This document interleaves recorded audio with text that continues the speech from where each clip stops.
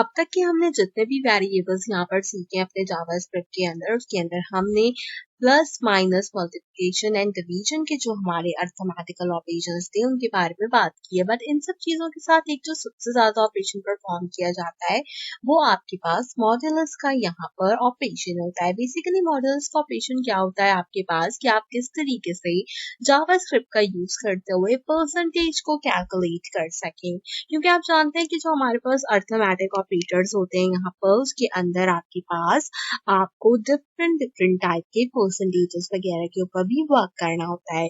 तो हमने same HTML programme लिखा है जिसके अंदर मैंने अपना title, H1 and paragraph already defined out कर रखा है। अब हम यहाँ पर बात करते हैं अपने मेन कोड के बारे में जो कि स्क्रिप्ट के अंदर है। आप देख सकते हो कि मैंने यहाँ पर सबसे पहले एक अदद वेरिएबल को डिफाइन किया है जिसको मैंने यहाँ पर आइडेंटिफायर लगाया है डाइवेंडर के नाम से।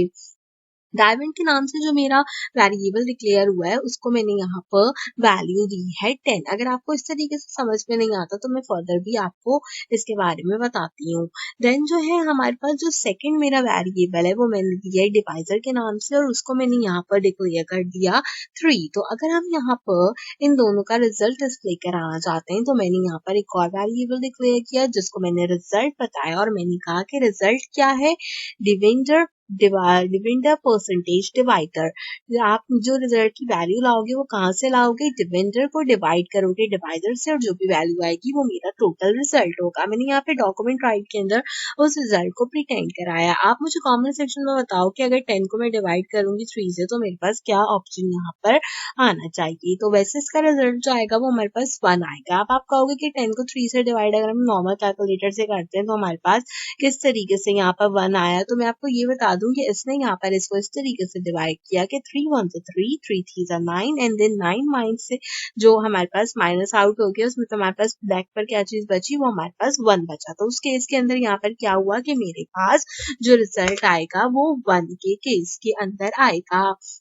सेम जो है क्या कहते हैं, अगर मैं इसको यहाँ पर डिक्लेरेशन करूँ मिसाल के तौर पे, मैं इसको आपको चेंज करके बताती हूँ। अगर हम यहाँ पर इसको N1 करते हैं आपकी आसानी के लिए और यहाँ पर इसको N2 करते हैं, ठीक है, ताकि आप लोगों को जो है वो ज्यादा आसानी से जो है चीजें समझ में आ जाए। और इसके बाद हम यहाँ पर क्या करें बेसिकली कि हम इसकी वैल्यूज चेंज करते हैं। जैसे अगर मैं इसकी वैल्यू 4 कर दूँ और इसकी वैल्यू यहाँ पे मैं 2 कर दूँ तो मेरे पास रिजल्ट क्या आएगा, 0 आएगा। ऑब्वियसली अगर मैं इसकी वैल्यू यहाँ पर 56 कर दूं एंड देन N2 की वैल्यू जो है वो मैं यहाँ पर 2 रखूं तो उस केस में मेरे पास रिजल्ट क्या आएगा, या अगर मैं इसकी वैल्यू 3 रखूं तो उस केस में मेरे पास रिजल्ट क्या आया, 2 आया। तो इस तरीके से जो है हम यहाँ पर मॉड्यूलस का यूज करते हैं, अपनी चीजों को कंपाइल करते हैं। मिसाल के तौर पर अगर यहाँ पे 56 की जगह 9 होगा तो मेरे पास क्या रिजल्ट आना चाहिए इन दोनों के आउटपुट से, इन दोनों के आउटपुट से मेरे पास रिजल्ट आ रहा है यहाँ पर 0। आपके पास या तो यहाँ पर जो 0 आ रहा है वो बेसिकली आपके पास 0.3 आना चाहिए। तो हम 0.3 कंसीडर नहीं करते तो हम 0 कंसीडर करते हैं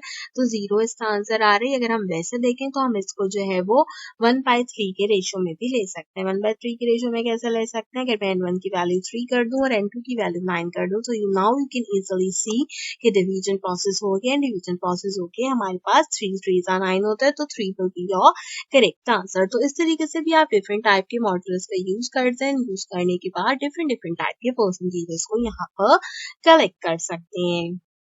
आप अगर यहाँ पर परसेंटेज का साइन नहीं यूज करना चाहें तो आप सिंपली डिवीजन का साइन भी यूज कर सकते हैं। अब जैसे मैंने डिवीजन का साइन यूज किया तो यू कैन इजिली सी के 0.3 मेरा कंसंट्रेशन में आ गया है, जो कि मैं आपको पहले समझा रही थी। अगर मैं इसको सेम जो है यहाँ पर वैल्यूज को डिक्लेयर करूँ, जैसे N1 को 9 करूँ और इसको 3 करूँ, तो now you can easily see that 3 will be come over here in the division. But we can always use percentage over here ताकि हमने जो भी चीज यहाँ पर डिक्लेयर आउट करनी है वो हमारे पास आसानी से डिक्लेयर हो जाए। तो उम्मीद करती हूँ कि आपका मॉड्यूल्स का जो कॉन्सेप्ट होगा वो क्लियर हो गया है। काफी जगहों पे हम ये परसेंटेज को यूज आउट करते हैं तो इसलिए ये चीज आप लोगों को समझाना काफी जरूरी थी।